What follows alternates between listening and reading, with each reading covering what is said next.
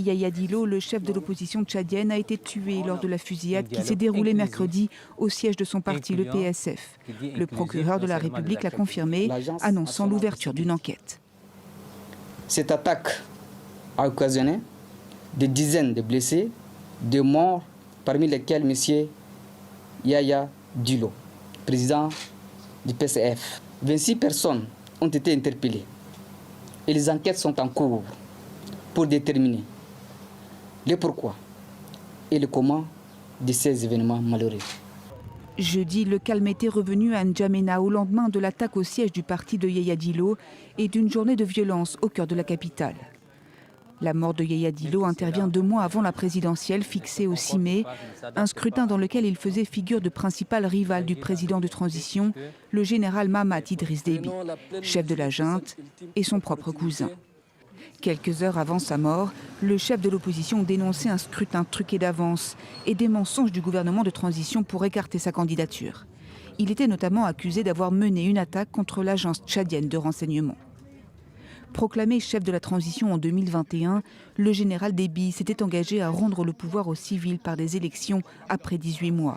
Une transition finalement prolongée de 2 ans supplémentaires. Et même si sa candidature n'est pas encore officielle, il devrait vraisemblablement se présenter à la présidentielle.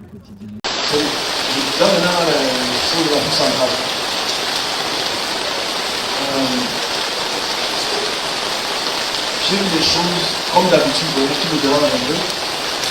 On va rien changer à ce qui va se passer cette année pour l'Afrique centrale. L'Afrique centrale, c'est un très bon pays, une très belle sous-région qui comporte 5 pays, le Cameroun, le Tchad, la Centrafrique, le Congo, Gabon.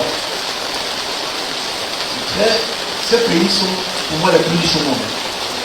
C'est les plus riches au monde, juste que le voyage sera bien. Juste que la gestion est encore pour moi très macronisée, très France. Je ne vais pas entrer dans les choses qui ne concernent pas cette présidence. Mais j'ai expliqué il y a quelques semaines sur le Tchad. Il y a un document qui va être découvert, qui va commencer à porter des petits votes au Tchad par rapport au fils du Déby. Il prépare quelque chose, ce pays prépare quelque chose contre lui. Parce que beaucoup de pays, comme je l'ai annoncé en 2016, 2018, 2019, les pays qui sont alliés à la France en tant que colonie ou tutelle vont se séparer. Aujourd'hui, c'est très visible. On voit comment le Mali, le Faso, le Tchad veut le faire. Récemment, ce que c'était le Tchad, bien sûr. Donc on voit tous ces pays qui veulent se séparer de cela. Tout ce qui a annoncé doit arriver. Donc est-ce qu'on a prié pour ça? Non. Dieu devra les changer. Je pense qu'il faut alerter, comme je l'ai fait, alerter l'entourage du président Déby, fils. Parce que quand le père est mort, on annonce. Quand le fils, ce qui va arriver au fils, on annonce encore. J'annonce seulement que j'ai entendu des cris au palais, dans leur palais, au Tchad. Donc, que la surveillance va approcher sur voilà ce que vous voulez dire, le Tchad.